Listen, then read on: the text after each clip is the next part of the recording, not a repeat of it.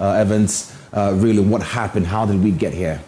So this is a tailor, we understand. He was in a shop yesterday in Cape Town. The thing about Cape Town is it was looked upon as one of the safest places in terms of the provinces in South Africa because it's a very attractive holiday destination. Possibly, in many people's books, just last week it was voted as a world's most beautiful city because of its very natural, scenic setting. And so you would not think that something like this happens there, but this Ghanaian had gone to his shop. So he had a tailoring shop that he runs. He had gone to a shop and the tags, the xenophobic tags. These tags from the March and March. From the March and March, broke into the shop and they shot him dead. He leaves behind 3 kids, we understand. The eldest is a 10-year-old. And here's the thing, he's been there in South Africa for 20 years.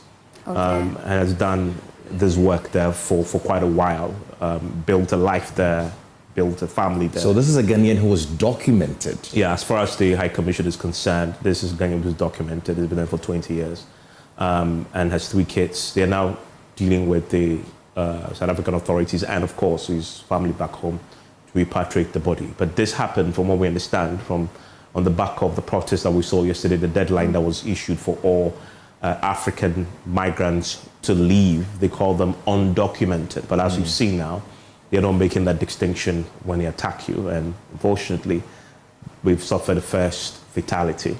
This is not the first African country. We're not the first African country to suffer fatality. I mean, we had stories before of Nigerians being murdered in South Africa, and Mozambicans were also murdered.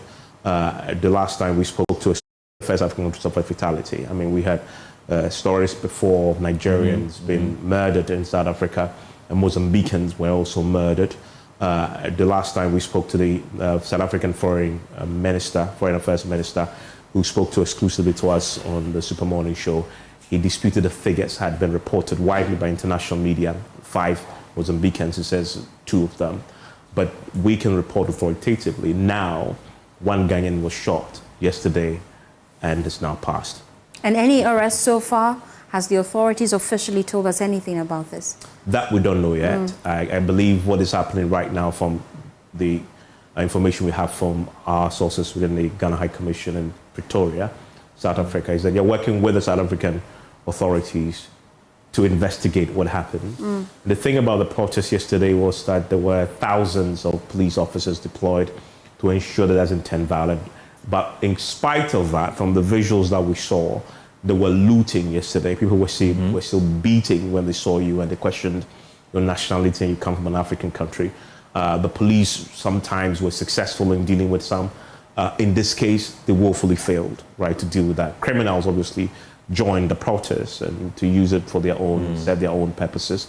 And a Ghanaian, unfortunately, was caught up in that, has been shot. Do we know if the Ghanaian High Embassy or the High Commission in South Africa has released a statement talking about Ghanaians needing to take care, or any statements regarding this particular incident? Yesterday, because this was pre-announced, it was announced 2 months ago that June 30th is when everybody must leave.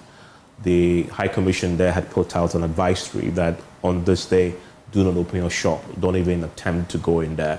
What we need to know, and we don't know that now, there hasn't been an official statement.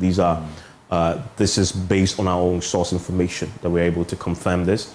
They haven't issued a formal statement to confirm the death, but we know this happened because we've double-checked this.